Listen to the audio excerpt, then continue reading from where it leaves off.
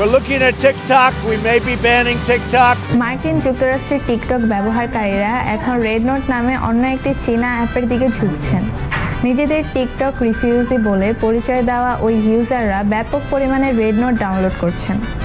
এর ফলে সোমবার অ্যাপেলের মার্কিন অ্যাপ স্টোরে সবচেয়ে বেশি ডাউনলোড হওয়া অ্যাপের তালিকা চলে এসেছে রেড নোট। চীন, তাইওয়ান এবং অন্যান্য ম্যান্ডারিন ভাষী জনগোষ্ঠীর তরুণদের কাছে আগে থেকেই জনপ্রিয় এই অ্যাপ কিন্তু টিকটকের প্রতিদ্বন্দ্বী। বলা যেতে পারে টিকটক আর ইনস্টাগ্রামের মিশেল হলো রেড নোট। এর ইউজার সংখ্যা মাসে প্রায় 30 কোটি।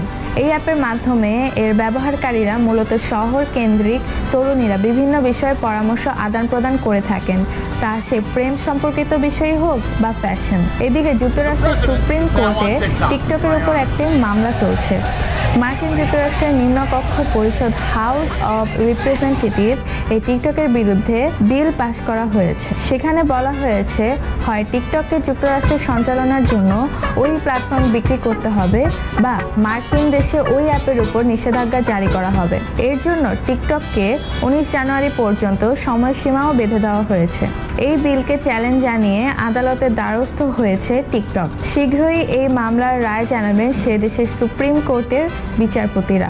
অন্যদিকে টিকটকের তরফে বারবার জানানো হয়েছে মার্কিন যুক্তরাষ্ট্রে তাদের যে ব্যবসা রয়েছে সেটা কোনো মতেই ওই দেশের কাছে তারা বিক্রি করবে না। তাদের আইনজীবীরা মার্কিন সরকাররা সতর্ক করে পাল্টা জানিয়েছেন যে টিকটকের উপর নিষেধাজ্ঞা আরোপ হলে তার যুক্তরাষ্ট্রের ওই প্ল্যাটফর্মের যে 17 কোটি ইউজার রয়েছে তাদের বাক স্বাধীনতার সুরক্ষার লঙ্ঘন করা হবে।